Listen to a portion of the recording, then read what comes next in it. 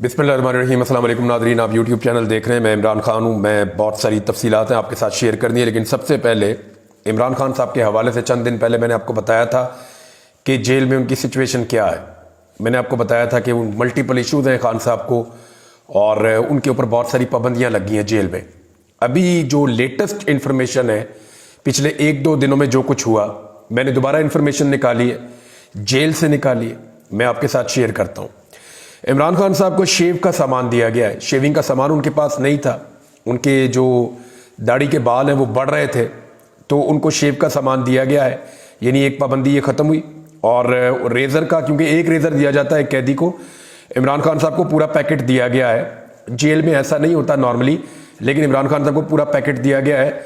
आम तौर पे जब किसी कैदी को एक रेज़र दिया जाता है तो इस्तेमाल करने के बाद वो वापस उसको देना होता है और वहाँ पे कोई मुलाजिम खड़ा रहता है करीब। तो यहाँ इमरान खान साहब को पूरा उसका एक पैकेट दिया गया है, जो मेरे पास जेल से इन्फॉर्मेशन है। जो स्टोर कीपर है उसने कुछ ज़रूरी सामान भी, जो इमरान खान साहब ने कहा था, जो सामान उन्होंने मांगा था, सारा नहीं लेकिन जो ज़रूरी सामान है उसमें से बहुत सारा सामान इमरान खान साहब को मुहैया कर दिया है। इमरान खान साहब को अखबार की सहूलत अब वापस मिल गई है। जब हमने ये वीलॉग किया था उस वक्त तक नहीं थी, उसके बाद अब वापस मिल गई है। 2 दिन पहले इमरान खान साहब ने दोपहर का खाना लेने से इनकार कर दिया था। जेल में ये छोटी बात नहीं होती, बड़ी बात होती है। तो उसके बाद जो है वो खाने का, मैंने आपको बताया था कि जो प्रॉब्लम्स आ रही थी, फिर अमले के लोग पहुंचे, उन्होंने इमरान खान साहब से मुज़ाकरात किए और उन्होंने बताया कि जी हमारी क्या मजबूरियां हैं। एक और जेल से जो मुझे खबर आई, अब उसके अंदर मुझे कोई तफसील नहीं बता पा रहा क्योंकि उन्हें आइडिया ही नहीं है। मुझे ये खबर आई कि 2 मरतबा इमरान खान साहब से कुछ लोगों ने मुलाकात की है जेल में, और ये मुलाकात रात के वक्त हुई है। अब ये कौन लोग थे, कहाँ से आए थे, क्यों मिले इमरान खान साहब को, इसके बारे में कोई इन्फॉर्मेशन नहीं है, क्योंकि जब वो मुलाकातें हुई तो वहाँ पे जेल के अमले का कोई बंदा मौजूद नहीं था। हाँ, ये ज़रूर है कि जो आए वो प्रोटोकॉल के साथ आए, और 2 लोगों ने इमरान खान साहब से अलग अलग जेल में मुलाकात की है, और उसके बावजूद इमरान खान साहब पे सख्ती रही, और फिर अब हालात जो हैं वो बेहतरी की तरफ जा रहे हैं। ये जब इमरान खान साहब ने खाना नहीं खाया दोपहर का, जब पूरी दुनिया के अंदर शोर मच गया, जब आलमी सतह के ऊपर आवाज़ उठी, तो ये छोटी छोटी चीज़ों की इंफॉर्मेशन मेरे पास आई थी, ये मैंने आपके साथ शेयर की है। लेकिन इसके बावजूद इमरान खान साहब को पहले जैसा जेल के अंदर जो माहौल है वो तो नहीं है। ये नहीं, इमरान खान साहब जिस तरह पहले वॉक करते थे या उनकी मुलाकातें होती थी, वकला से मिलते थे, सहाफ़ियों से उनकी बातचीत हो जाती थी, ये सारी चीज़ें रोकी गई हैं। फजलुर रहमान साहब नवाज शरीफ साहब के घर गए थे मिलने के लिए।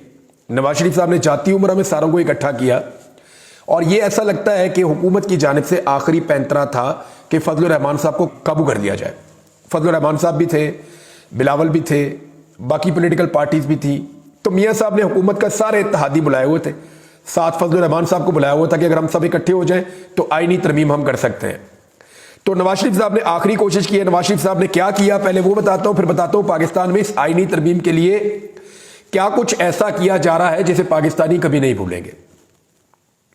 यानी जब एक कौम के साथ जुल्म होता है ना, जुल्म को लोग भूल जाते हैं, डंडे पड़ते हैं, लोग भूल जाते हैं, बाद में हंस के बता रहे होते हैं मुझे भी वहां डंडे पड़ गए थे। लोग गिरफ्तार होते हैं, भूल जाते हैं। लेकिन जब लोगों की इज्जत के ऊपर हमला होता है ना, जब एक लेवल से ज्यादा निजाम गिर जाता है, फिर लोग भूलते नहीं है, फिर उसका रिएक्शन आता है, आता ही रहता है, आता ही चले जाता है, वो खत्म नहीं होता। मैं आपको इसके बारे में भी बताऊंगा कि अभी क्या हो रहा है, लेकिन पहले आप ये ले लें कि मौलाना फजलुर रहमान साहब की जो बातचीत हुई, इस हवाले से मौलाना फजलुर रहमान साहब से रब्ता किया फौरी तौर पे। जैसे ही वो अपनी गाड़ी में आकर बैठे और वो निकले वहां से मियाँ साहब के घर से, तो अखुंज़ादा यूसुफ ज़ई साहब का रब्ता हुआ उनसे। उन्होंने जो बातचीत की मौलाना फजलुर रहमान साहब से डायरेक्ट, वो बातचीत भी मैं आपको बता देता हूँ, और जो दीगर सोर्सेज से खबरें मेरे पास आई इस मुलाकात की, वो भी मैं आपको बता देता हूँ। पहले तो आप ये देखें कि मौलाना फजलुर रहमान साहब वहां पर मीडिया से बात करना चाह रहे थे, जब इसहाक डार साहब और वजीर कानून वो उनको वहां से लेकर जबरदस्ती चले गए। मीडिया आवाजें दे रहा था, सवालात कर रहा था, और मौलाना साहब बात करना चाह रहे थे, लेकिन उन्होंने कहा नहीं बस बस चले चले चले। अब मैं आपको ये बताता हूं कि जब ये मुलाकात हुई तो इसमें दोबारा से मुस्लिम लीग नून ने और पीपल्स पार्टी ने अपने मुसव्वदे पर अमल दरामद करवाने की कोशिश की। बिलावल पहले ही बता चुके थे मियाँ साहब को कि मियाँ साहब ये चीजें जो है मौलाना फजलुर रहमान साहब नहीं मान रहे, तो आपने मनानी है। जो सबसे हैरत अंगेज चीज इस मुलाकात में से निकल कर आई, मैं आपको बताऊंगा तो आपको पता चलेगा कि मियाँ नवाज शरीफ ने अपनी 40-45 साल की सियासत में कुछ नहीं सीखा। मियां साहब ने डिक्टेटरशिप का सामना भी किया, फिर भी कुछ नहीं सीखा। मियां साहब खुद साख्ता जिलावतनी में 2 दफा चले गए, फिर भी मियां साहब ने कुछ नहीं सीखा। मियां साहब ने कुछ नहीं सीखा क्योंकि मियां साहब मांग क्या रहे थे? आर्टिकल 8।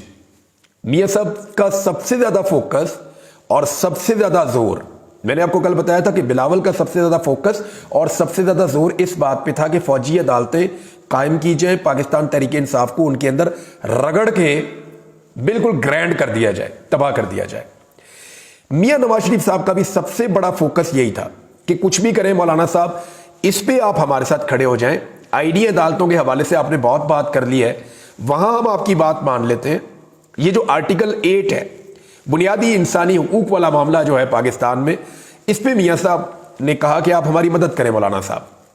और इस पे मौलाना साहब से मियां साहब बार बार क्या मांग रहे थे कि हमें फौजी अदालतों का आप हथियार दे दें ताकि इमरान खान साहब को हम अच्छी तरह स्क्रू कर सकें, इमरान खान साहब को हम हमेशा के लिए अंदर रख सकें। लेकिन नवाज शरीफ को यह नजर आ गया, आसिफ अली जरदारी को भी नजर आ गया कि एक आध मरतबा तो हो सकता है फार्म 47 के ऊपर जाली हुकूमत बना दी जाए, और तब काजी फायद ईसा साहब चीफ जस्टिस ऑफ पाकिस्तान थे। अब आइंदा जब काजी फायद ईसा साहब चीफ जस्टिस ऑफ पाकिस्तान नहीं होंगे तो दोबारा इलेक्शन में इतनी बड़ी सहूलतकारी कैसे मिलेगी? क्या कोई यकीन दिला सकता है कि अगले इलेक्शन में बल्ले का निशान नहीं होगा तहरीक इंसाफ के पास? क्या कोई यकीन दिला सकता है कि इसी तरह की फार्म 47 की हुकूमत बन जाएगी? तो अब लोगों को मायूस करने का एक ही तरीका रह गया कि आईनी तरमीम करवा के इमरान खान साहब को सारी जिंदगी के लिए जेलों में बंद कर दिया जाए और उन्हें कभी बाहर ना आने दिया जाए। अब ये एक घटिया तरीन सियासत है, जमहूरियत के नाम के ऊपर धब्बा है।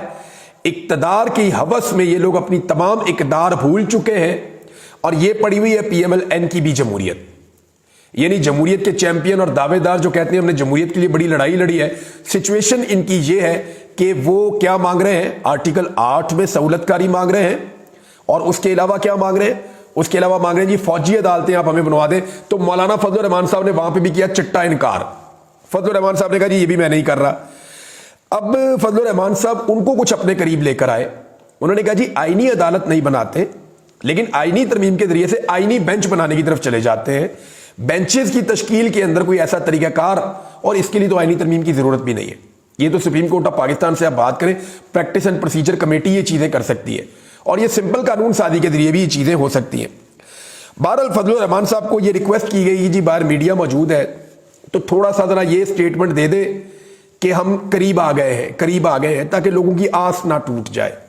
तो फजल रहमान साहब क्योंकि वफादार आदमी होगा, ठीक है चलो यार, फजल रहमान साहब चले गए। वहां पे इन्होंने अपनी बातचीत की, फजल रहमान साहब ने कहा करीब आ गए, लेकिन ये नहीं बता पाए कि किस चीज पे करीब आ गए।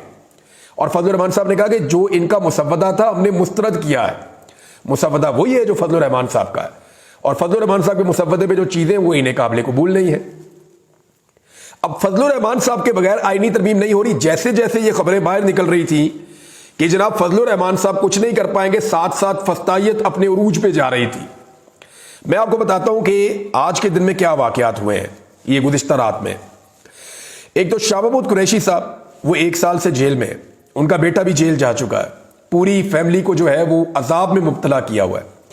तो शाह महमूद कुरैशी साहब की बहू जो कि जैन कुरैशी MNA उनकी बीवी है, उनको अगवा कर लिया गया उनके घर के बाहर से। और अजीब बात यह कि चंद गज के फासले पे पाकिस्तान के वजीर दाखिला का घर है। ये घर है शाह महमूद कुरैशी साहब का, और मोहसिन नकवी का घर है ये साथ ही, चंद गज के फासले पे। और वहां से अगवा किया गया शाह महमूद कुरैशी साहब की बहू को, और जैन कुरैशी की वाइफ है वो। और जब इनके घर से गाड़ी उन गाड़ियों के पीछे गई, 3 गाड़ियों पे अगवा किया, मास्क पहने हुए थे नामालूम अफराद ने, उन्होंने अगवा किया। जब गाड़ी पीछे गई तो 2 वीगो डालों ने गाड़ी का रास्ता रोक दिया और ब्लॉक कर दिया। अब उनकी जो भाभी है वो भी गैर सियासी है, ये बता रही थी जैन कुरैशी की बहन मेहर बानो कुरैशी साहबा कि जी मेरी भाभी भी गैर सियासी, उनके घर वाले भी गैर सियासी, सारे परेशान हैं। उनकी 3 साल की और 5 साल की 2 बच्चियां हैं, वो रात को सो रही हैं, सुबह उठेंगी वो अपनी मां को ढूंढेगी। तो ये जनाब सिचुएशन उनके साथ हो रही है। तो ये आग सबसे घर में आनी है। ये देखें, ये शुरू हो गया ना मामला।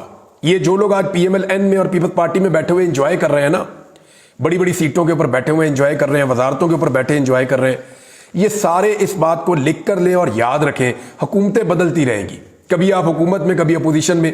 یہ ظلم آپ کے دروازے پہ آنا ہے. یہ آگ اب لگ چکی ہے, اس کا سیک آپ کے گھر میں پہنچے گا اور آپ کو اس کا سامنا کرنا پڑے گا. احسن ریاض فتیانہ اغوا ہے, آپ کو پتا ہے ریاض فتیانہ صاحب کا بیٹا, ان کی وائف گئی, صوبائی اسمبلی کی ممبر بھی ہیں وہ جاتی ہیں جناب پنجاب اسمبلی میں اور وہاں کھڑی ہو کے رو پڑی وہ, اور روتے ہوئے انہوں نے بتایا میرے بیٹے کو اغوا کیا, ہم نے عدالت میں کیس کیا اور صبح میرے بیٹے کو چھوڑ دیا جس دن کیس لگنا تھا. 6 گھنٹے کے بعد میرے بیٹے کو دوبارہ اٹھا لیا. اور دباؤ کیا ڈالا جا رہا ہے میرے شوہر کے اوپر جو ایم این اے ہے ریاض فتیانہ, کہ آ کر ترمیم کے حق میں ووٹ ڈالو. روتے ہوئے ایک ماں نے وہاں پہ اسمبلی کے فلور پہ کھڑے ہو کر بات کی, اور وہ بیٹا بھی جو ہے وہ پہلے اسی اسمبلی کا ممبر تھا, پنجاب اسمبلی کا. کوئی انصاف نہیں ہے, کوئی سننے والا نہیں ہے, کوئی داد رسی کرنے والا نہیں ہے.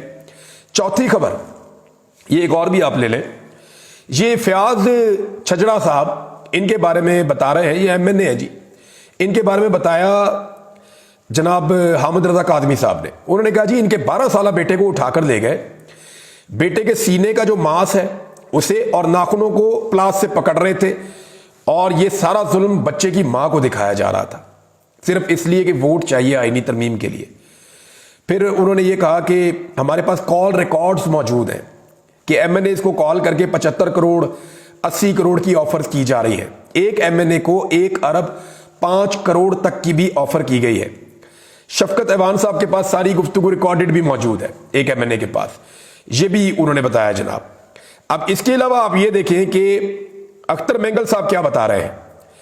اختر مینگل صاحب بتا رہے ہیں کہ میرے لاجک کے اوپر ریڈ ہوئی ہے, اور اس کے علاوہ جی میری جو سینیٹر ہے نسیمہ احسان, 2 سینیٹر ہیں نا اختر مینگل صاحب کے پاس بلوچستان سے, انہوں نے کہا جی سینیٹر نسیمہ احسان کو اپارٹمنٹ میں ان کے اپارٹمنٹ کے اندر محصور کر دیا گیا ہے اور ان کا بیٹا اغوا کر لیا گیا ہے. یعنی ایک اور سینیٹر ان کو محصور کر لیا اور ان کا بیٹا اغوا کر دیا. ایک اور سینیٹر ہے انہی کی جماعت کے سینیٹر قاسم, ان کے بارے میں اختر مینگل صاحب بتا رہے ہیں کہ ان کے 8 بجے اسپتال میں ڈائلسس تھے, یہ گردوں کے ڈائلسس جو ہوتے ہیں, اس کے بغیر آپ کو پتا ہے مریض کے لیے بڑا ایشو ہو جاتا ہے. ان کے ڈائلسس تھے 8 بجے اسلام آباد کے ایک اسپتال میں. وہ کہہ رہے ہیں اس وقت سے لے کر اب تک وہ اپنے بیٹے سمیت غائب ہو گئے ہیں. یہ کس طرح کی جمہوریت ہے؟ یہ جناب سوال جو ہے پوچھا ہے. اب میرے دماغ میں بھی ایک سوال آ رہا ہے سادہ سا, کیا نواز شریف اور آصف علی زرداری کی سیاست یہاں پہنچ گئی ہے کہ ماؤں کو مجبور کیا جائے گا, ماؤں کو, بہنوں کو, بیٹیوں کو, بیویوں کو اٹھایا جائے گا, اغوا کیا جائے گا؟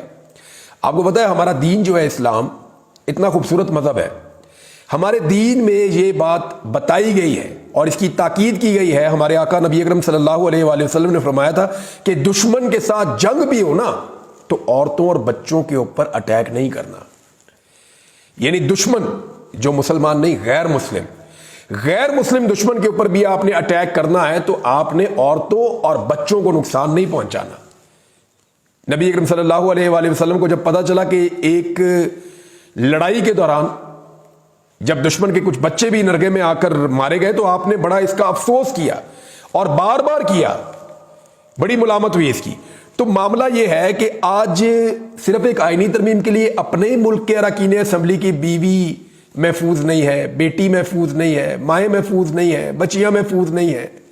یہ کیا چل رہا ہے, یہ کتنا ظلم ہے, اس کا آپ اندازہ کر لیں کہ کیا قاضی فائز عیسیٰ صاحب جو اس وقت پاکستان کے چیف جسٹس آف پاکستان ہے, چند دن کے لیے رہ گئے ہیں, کیا جاتے جاتے انہیں نظر نہیں آ رہا؟ وہ روزانہ کہتے ہیں کہ اسمبلی جو ہے, یا وہ اس ایوان کو یہ کہتے ہیں بار بار کہ یہ مقدس ایوان ہے, وہ پارلیمنٹ کو سپریم کہتے ہیں بار بار. تو پارلیمنٹ کے ممبرز کی مائیں بہنیں اٹھائی جا رہی ہیں, بیٹیاں اٹھائی جا رہی ہیں, بہویں اٹھائی جا رہی ہیں. قاضی فائز عیسیٰ صاحب آپ کدھر ہیں؟ یعنی جس ایوان کو آپ مقدس کہتے ہیں یہ آگ رکے گی نہیں, یہ سب کے گھروں تک آئے گی. ججز انصاف نہیں دیں گے تو انہیں بھی ایک دن اس کا سامنا کرنا پڑے گا. میں آپ کو لکھ کر دے رہا ہوں, میں بار بار کہتا تھا کہ ظلم چند صحافیوں پہ ہو رہا ہے, باقیوں پہ بھی ہوگا, اور پھر میرے دیکھتے ہی دیکھتے باقی صحافی بھی اس کے نرغے میں آئے. اب پاکستان تحریک انصاف کے اوپر بہت زیادہ دباؤ ہے. دباؤ اس بات کا ہے کارکنوں کی جانب سے کہ احتجاج کی کال دی جائے اور ایک فائنل اور بڑا احتجاج کیا جائے, اسپیشلی عمران خان صاحب کے معاملات کو لے کر. اور تحریک انصاف کے کارکن یہ کہہ رہے ہیں, کھل کر کہہ رہے ہیں کہ اگر یہ کالی ترمیم ہو گئی تو پھر عمران خان صاحب کبھی بھی باہر نہیں آئیں گے. لہذا جو کرنا ہے وہ ابھی کیا جائے، ورنہ یہ وقت پاکستان تحریک انصاف کی قیادت ضائع کر دے گی۔ اور بہت سارے لوگ جو ہے وہ اس بات کو مانتے بھی ہیں کہ یہ ہو سکتا ہے۔ اعزاز سید صاحب نے ایک خبر دی، ایک اور چیز بھی ایڈ کر لیں۔ انہوں نے کہا جی خواجہ شہراز صاحب جو ایم این اے ہیں پی ٹی آئی کے، ان کے گھر پہ ریڈ کی تو ان کی چھوٹی بچی ہے، اس نے ایک پیٹ پالا ہوا ہے کتا، تو وہ جو لوگ ریڈ کرنے ہیں وہ کتا اٹھا کے لے گئے۔ وہ بچی بیچاری اپنے کتے کے لیے رو رہی ہے، وہ بیچاری وہ اداس ہے کہ میرا کتا اٹھا کے لے گئے، تاکہ گھر والوں پہ پریشر بنے۔ دوبارہ ریڈ کرنے آئے، ملازموں کے موبائل اٹھا کر لے گئے۔ اب جنید اکبر اور اقبال افریدی ان دونوں نے بتایا کہ ہمیں پیشکش کی گئی ہے، اور بڑی اماؤنٹس کی پیشکش کی گئی ہے کہ جناب آپ ہم سے پیسہ لے لیں اور آپ آئینی ترمیم میں ووٹ ڈال دیں، آئینی ترمیم کے حق میں۔ تو یہ کیا کرنا چاہ رہے ہیں آئینی ترمیم سے؟ ویسے ہی ملک کے اوپر کوئی قبضہ کر لیں، کوئی ایمرجنسی مارشل لا لگا دیں ملک پہ۔ یعنی حد ہوتی ہے کسی چیز کی کہ عورتوں کو اٹھا لینا، بہوؤں کو اٹھا لینا۔ میری ابھی تک دماغ میں یہ بات مجھے سمجھ نہیں آ رہی کہ یہ کس لیول تک ہم پہنچ گئے ہیں۔ تو یہ سلسلہ رکے گا تو نہیں، یہ کبھی نہیں رکے گا۔ کسی سوسائٹی میں، کسی معاشرے میں ان چیزوں کی اجازت نہیں ہوتی۔ جہاں جہالت ہوتی ہے وہاں پہ بھی ان چیزوں کی اجازت نہیں ہوتی، لیکن یہاں پہ ہو رہا ہے۔ اب میں ایک چیز ناظرین پرسنل، میں بہت کم بات کرتا ہوں لیکن ابھی میں آپ کو بتانا چاہتا ہوں کچھ چیزیں۔ فروری 2024 میں جب الیکشن ہوا نا، اس سے پہلے مجھے بہت وارن کیا گیا تھا، منع کیا گیا تھا، تو میں نے اپنا کام کیا۔ جب میں فارم 45 فارم 47 سمپلیفائی کر کے پاکستان کے لوگوں کو بتا رہا تھا، اور ان دنوں میں انہوں نے حکومت بنانی تھی جعلی، تو مجھے اچانک ایک دن میں سو کر اٹھتا ہوں، مجھے پتا چلتا ہے جی میں نے قاضی فائز عیسیٰ کی جان کو خطرے میں ڈال دیا ہے مبارک ثانی والے کیس کو استعمال کر کے، حالانکہ میرے فرشتوں کو بھی نہیں پتا۔ مجھے اس کیس کے اندر جناب اٹھا لیا جاتا ہے اور پھر مقدمے کوئی اور بنا لیے جاتے ہیں، پہلے اغوا کیا جاتا ہے، اس کیس کا حوالہ دیا جاتا ہے، بار بار اس کی بات کی جاتی ہے، جو لوگ مجھے اٹھا کر لے کے جاتے ہیں وہ بھی اس کے بارے میں بات کرتے ہیں۔ ڈی جی اینٹی کرپشن نے خود مجھے کہا، میں نے کہا یار مجھے نکال کے تو دے کوئی چیز، میں نے کیا کیا ہے؟ کچھ نہیں تھا اس کے پاس۔ پھر میرے پہ ایک مقدمہ بنایا، پھر دوسرا بنایا، اور پھر میں 3 ہفتے کے بعد باہر آیا جب تسلی سے انہوں نے اپنی فارم 47 کی حکومت بنا لی تھی۔ ابھی دوبارہ میں دیکھ رہا ہوں کہ گزشتہ 24 گھنٹوں سے وہی سارے اکاؤنٹ ری ایکٹیو ہوئے ہیں پی ایم ایل این کے میڈیا سیل کے، اور وہ دوبارہ سے میرے خلاف ایک پروپیگنڈا کر رہے ہیں کہ یہ جو بچوں نے احتجاج کیا ہے ان کو میں لے کر آؤں احتجاج کرنے کے لیے، میں نے اکسایا۔ میں بہت کلیئرلی آپ کو کہہ دوں، میں نے بڑی ذمہ داری کے ساتھ اس واقعے کو رپورٹ کیا ہے، ایک ایک اینگل کو کوٹ کر کے رپورٹ کیا ہے کہ یہ بات اس نے کی اور یہ بات اس نے کی، اور میں نے جو تشدد ہوا اس کی بھرپور مذمت بھی کی ہے، اور ساتھ میں نے یہ بھی کہا ہے کہ اس کے اوپر ایک آزادانہ کمیشن بنایا جائے تاکہ دودھ کا دودھ اور پانی کا پانی ہو، یہ تجویز بھی میں نے دی ہے۔ لیکن ایک مرتبہ پھر یہ کھیل کھیل رہے ہیں، مجھے ایسا لگتا ہے کہ مجھے دوبارہ اٹھانے کی، گرفتار کرنے کی انہوں نے تیاری کی ہے، اور جو وجہ مجھے سمجھ آتی ہے وہ یہ ہے کہ یہ مکروہ قسم کی ایک آئینی ترمیم آ رہی ہے، تو انہیں یہ لگتا ہے کہ دباؤ بہت زیادہ نا حکومت کے اوپر، بہت شدید دباؤ ہے حکومت کے اوپر اس آئینی ترمیم کے لیے، تو اب وہ یہ سوچ رہے ہیں کہ کم سے کم میری آواز کو دوبارہ بند کر دیا جائے۔ تو یہ ہے جناب سچویشن، میری ذمہ داری ہے میں آپ کو بتا دوں۔ حالانکہ اس معاملے میں نے انتہائی محتاط انداز میں نہ صرف رپورٹنگ کی ہے بلکہ ایکسپوز کیا ظلم کرنے والوں کو۔ میں نے بتایا کہ یہ ظالم ہے، یہ ظلم کر رہے ہیں، بچوں کو لہو لہان کرنے کی اجازت ہم کسی کو نہیں دیں گے۔ تو ناظرین اب تک کے لیے اتنا ہی، اپنا خیال رکھیے گا، اپنے چینل کا بھی۔ اللہ حافظ۔